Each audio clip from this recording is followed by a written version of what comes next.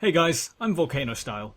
With the preseason only days away at this point, watching Red Post Tracker is filling me with this untold sense of dread that the Twisted Treeline remake is closer than I thought, and in the time it takes me to sneeze, I'll have all my previous videos invalidated. The entire point of this series was to be mostly relevant for the end of Season 2, and I'd rather not make a complete reboot too early into the series, which is why I'm trying to put out as much content as I can before Season 3. Well, that said, it happened to Stonewall's Jungle videos, and then he broke 2000 ELO, so maybe it's a good thing for me. Anyway, before we begin, we have another question from Tesret1432. I'm going to guess you get a lot of reports, because this is the second question you've asked me about backdooring. And you didn't send me any Gast fan art, so you're lucky this one's actually relevant to this week's episode. Tezzeret asks if it's possible to kill a Nexus by placing a Heimerdinger turret over the wall and letting it attack the Nexus. Once again, the answer is no, for an even less satisfying reason.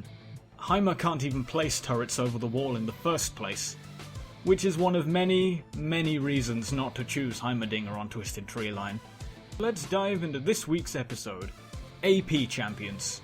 Twisted Treeline is a very bruiser-centric map for reasons I've already been into, but when you think of bruisers and tanky DPS, that only covers AD for the most part. If you want a good balanced team, surely you want someone who can bring a fair bit of magic damage to the fray as well, right? Well, kind of. I'm going to start this with a preface. Do you have to pick an AP champion on Twisted Treeline? No.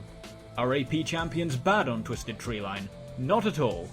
As always, we need to turn to Big Brother Summoner's Rift to tell us how the metagame works. What's the role of an AP champion on Summoner's Rift? To catch out and blow up the enemy's squishy characters, specifically their AP and AD carry in most situations.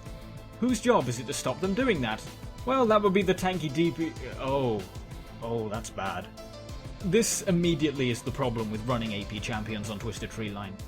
AP is generally associated with burst, and champions that itemize defenses or turn into huge sacks of hit points are the least vulnerable targets for it.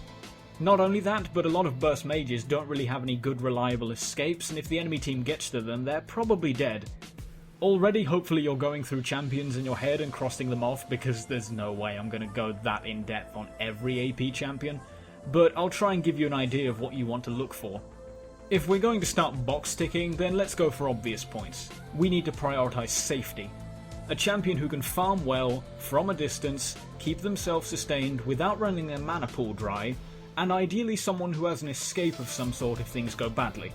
You know, someone like Kennen, Katarina, Vladimir, Rumble... Oh look, a pattern's emerging. Think of how you play when the timer hits 7 minutes. This is an important number on Summoner's Rift for an AP champion. Why? Because it's the time you should be preparing to fall back and have Golem buff donated to you. You've lasted 5 minutes, being conservative with your spells, knowing you haven't had a chance to build the items or levels needed to sustain your mana source, and now that you have blue buff, you can be more aggressive. On Twisted Treeline, if you're a mana-reliant champion, you have a big problem. There's no blue buff to sustain you, which means that you have to supplant your mana problems yourself. There's 3 ways of generally accomplishing this. The first is to, obviously, build Chalice of Harmony. This isn't ideal. It doesn't add to your likely small HP pool, nor does it give you any offense capability other than mana regen that scales with other mana regen. I guess you could go for it if you plan on building an Athene's, but that only works on a few champions. Not only that, but unless the enemy team has really made an error and gone completely AP-centric, you won't even get the immediate benefit from the magic resist. Not a bad move, but a situational one. Option 2 is Rod of Ages, and just going for a larger mana pool rather than mana regeneration.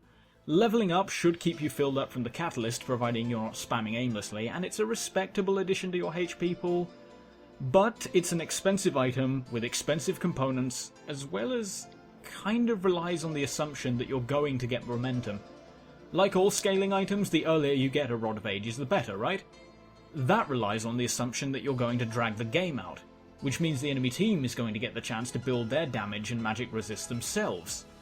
It takes 10 minutes for a Rod of Ages to peak. Now, unless the enemy is going to go out of their way to give you consecutive aces up until the 5-minute mark, it's not possible to get a Rod of Ages before the surrender timer is even active. And keep in mind, this is probably going to be your first item, boots notwithstanding. On Twisted Treeline, you want to maximize your defensive and offensive output with as cheap components as possible in the early game. Rod of Ages is not that. Sam of Gucci Gaming describes Rod of Ages as a trap item, which, yeah. So the third option, and most basic, is to go for double or maybe even triple Doran's rings to make sure you don't fall behind offensively and give you a respectable amount of hit points. The stats aren't bad at all for the price, maybe not ideal defensively, but you can build around that in the late game. Now, there's a problem with what I've just said, which I'll get to much later, but to carry on with this point, the easiest way to circumvent this mana problem entirely is to choose a caster that doesn't have mana. It means they're welcome to use spells as much as they want. Not only that, but the standard manaless build is to get a Hextech Revolver as quickly as possible. Cheap components and sustain from the spell vamp, which is just what you want, especially if you're in a 2v1 lane for example. A common tactic is usually to follow this with a Doran shield. Again, all stats you'll want on Twisted Treeline for an affordable price. Good follow-up items are a Rylai's Crystal Scepter for a respectable amount of AP, and what's essentially free crowd control and hit points to resist burst in the late game. But if you're worried about the enemy building resists early, an early Haunting Guise of your own for the mid-game is also a great choice. However, as I said, we also want to prioritise safety, and every manaless champion I named has at least one thing that makes him safe even if we ignore their itemization. Rumble has slows from his E, he's a huge lane bully with his Q which discourages engages, and he can engage from a huge distance even over walls with his ultimate. And on top of that he just has a good escape and shield from his W. Katarina has Shunpo to give her damage resistance and it's an escape, and her W gives her a good reliable speed up, especially since it has no startup, so it's good for poking without sacrificing her mobility. Kennen has a good long range to farm from at a distance, with his auto attack even ignoring his shuriken, and his E is an amazing escape cool. And Vlad... yeah, even ignoring the lifesteal and range, just... yeah. You'll notice I haven't mentioned Akali. There's a good reason for that. I... don't like her. I just think she's an unfortunate victim of back in the days of Double Will of the Ancients and Gunblade dominating the metagame, and she's been hit too hard since. She doesn't have the burst she used to, and even the Cloud doesn't have that much going for it when common picks like Darius, Lee Sin, and just most picks in general can just outdamage her through her own stealth with AoE. She's just too squishy a pick, and I think even Westerice on his best day would have to do some real work to get the engine running. If you're looking for pokes and a dash, especially someone that can actually offer some crowd control, then just pick Diana instead. Now, this isn't to say that champions with mana are worthless, not at all. If you can build your team around them, pretty much every AP has at least one thing going for them that makes them a respectable pick. For example, think of the number of APs that you're worried about because of their burst and massive crowd control once they get their ultimates. No matter how tanky you are, these are the champions that are going to give you pause and make you think about how to best engage on your terms without them counter-engaging. Cassiopeia's ultimate, Zyra's ultimate, Oriana's ultimate, Tiba's. Great stun and displacement tactics that can swing a fight back in your favour, and that's if you didn't use them to engage in the first place. The strength of these three in particular is their ability to farm safely at range. They're not tanky champions in the least, but they at least have means of working around being zoned. This makes them ideal bot lane candidates, particularly solo bot because AP champions scale better with levels, and they're going to want their ultimate as quickly as possible.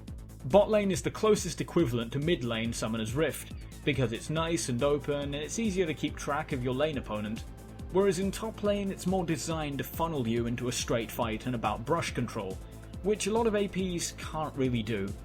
In fact, if you're used to playing mid lane Summoner's Rift, then brush control probably isn't something you've had to worry about or think about. Other champions are slightly tankier and more suited for a brawl, and have means of dealing with top lane's more aggressive nature and the brush.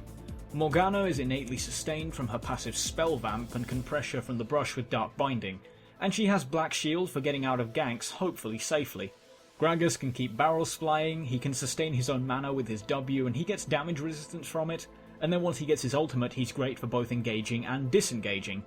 That and Body Slam is long enough to go through both walls, so he has a good reliable escape as well. Mordekaiser has his shield and his W, and some very respectable harass. If you're lucky enough to get a ghost, you can probably take a turret from it. I love having Mordekaiser on Twisted Treeline because 4 against 2 is just awful to fight against. Fizz is a great Twisted Treeline pick because he's super mobile, has a great ultimate for engaging, and with Seastone Trident negating heals, that's great for going against the Bruiser metagame. Evelynn is probably the best AP pick right now because of her shield, her mobility, her passive for mana regeneration, and the fact that she can be a huge source of pressure and damage without having to stand still, which makes her hard to lock down. Even supports have a good place as a dedicated AP if you put them in the bot lane, duo or not. Soraka has magic shred and heals and a global presence with Wish, so she's hilarious for trades. Janna has unstoppable lane control and shields and heals from her team. Lulu has great poke and can boost her and her allies' AP, and making someone hugified is great for counter engages. Wait, didn't I say I wasn't covering every AP?